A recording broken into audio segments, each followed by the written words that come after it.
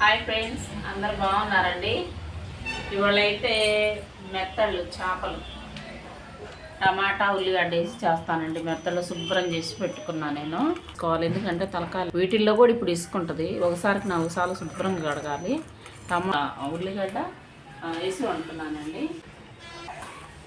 ఇది కూడా ఉప్పేసి కడగాలండి. నీట్గా శుభ్రంగా మనం ఉప్పేసుకొని కడుక్కోవాలి. ఇవి కూడా మనం ఉప్పేసుకొని, ఎందుకంటే నేను ఇసుక లేకుండా తలకాయలు తీసేసే పొట్ట తలకాయలో ఇసుక ఉంటుంది, కానీ లేకుండా నేను శుభ్రంగా తీసేసానండి. ఎందుకంటే మనం కొంచెమైనా మనం నీట్గా శుభ్రంగా వండుకోవాలి. శుభ్రంగా ఉప్పు వేసుకుంటున్నానండి. ఉప్పు వేసుకున్నా ఏదో గిన్నెలో వేసి అట్లా ఇట్లా అనకుండా మనం నీట్గా శుభ్రం చేసుకోవాలండి. ఇది ఉప్పు వేసాక గరగరా ఉంటుంది చూడు, అప్పుడు గలిజంతా పోద్ది. నీసు వాసన, కౌసు వాసన ఉంటుంది. చేపలు భలే ఎండిపోయిన చేపల్లో బాగా నీసు వాసన ఉంటుందండి ఎక్కువ.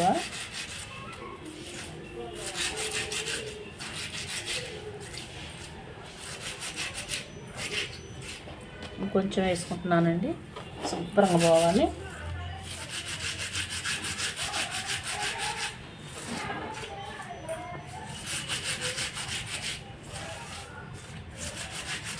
ఇందాక వేయగానే చాలా వాసన వచ్చిందండి.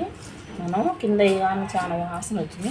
ఇట్లా రుద్దితే ఏమన్నా ఇసుకున్నా పోద్ది, మెత్తగా మళ్ళీ మెత్తబడతాయేమో, పాడైతేమో ఏం కావాలి. చూడండి, నేను ఎంతసేపు రుద్దాను, నీట్గా వస్తాయి అన్నమాట మనకు తెల్లగా.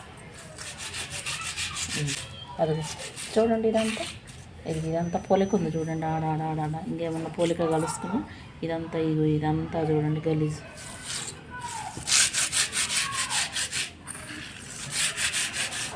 బాగా చూడండి, ఉప్పేసి 2 నిమిషాల పాటు బాగా రుద్దాను.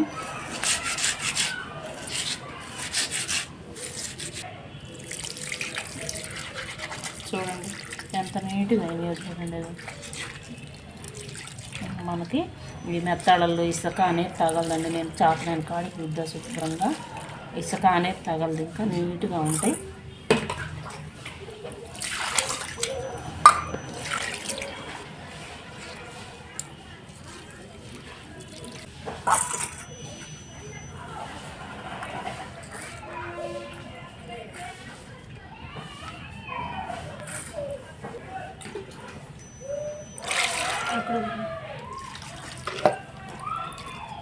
చక్కగా ఇసుక కూడా మంచిగా శుభ్రంగా నీట్గా అయినాయి చూడండి.